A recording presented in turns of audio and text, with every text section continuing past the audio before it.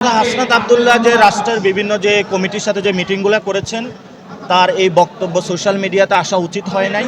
আমরা মনে করি এটা শিষ্টাচার বর্জিত একটি স্ট্যাটাস হয়েছে এবং রাষ্ট্রের ফাংশনারির জায়গা আমরা দেখেছি যে ক্যান্টনমেন্টের বিভিন্ন ব্যক্তিবর্গ রাজনৈতিক জায়গায় হস্তক্ষেপ করছেন। আমরা এই ধরনের হস্তক্ষেপ কাম্য নয় আমাদের কাছে।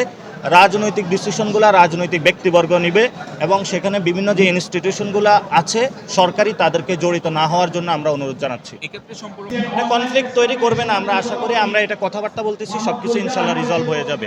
ধন্যবাদ সকলকে।